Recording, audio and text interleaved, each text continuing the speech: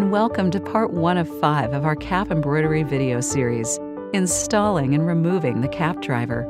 In this video, we're going to walk you through how to insert the cap driver to start embroidering caps, and how to remove the cap driver when you want to switch back to flats. If you are receiving your machine for the first time, you'll notice the cap driver comes pre-installed. So before we learn how to install the cap driver, we're going to learn how to remove it.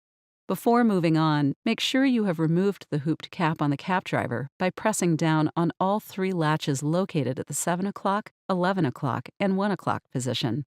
Then rotate the cap to either right or the left and pull it toward you to remove it.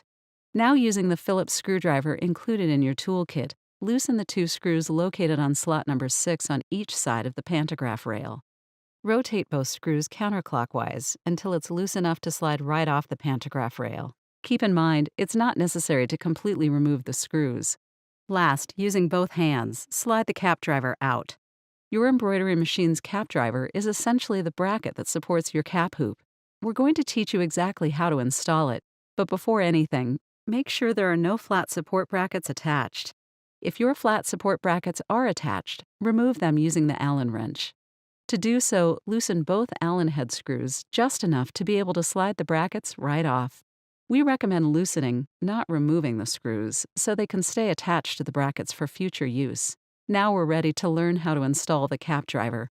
Before installing the cap driver, go to Design Set Parameters and select the preset hoop that displays the cap as shown. Changing this setting adjusts the limit switch settings of the machine to fit the smaller size of the cap frame. The limit switches stop the machine to avoid possible damages when you're about to exceed the size of the frame. If your design exceeds the limits of the cap frame, you will receive a limit error message. If you get an error, press Escape and use the directional arrows to move the design until it fits the limits of the preset hoop. The cap driver is equipped with 4 small wheels that slide onto the rail underneath the sewing arm. Position the cap driver in line with the railing, making sure the wheels are aligned.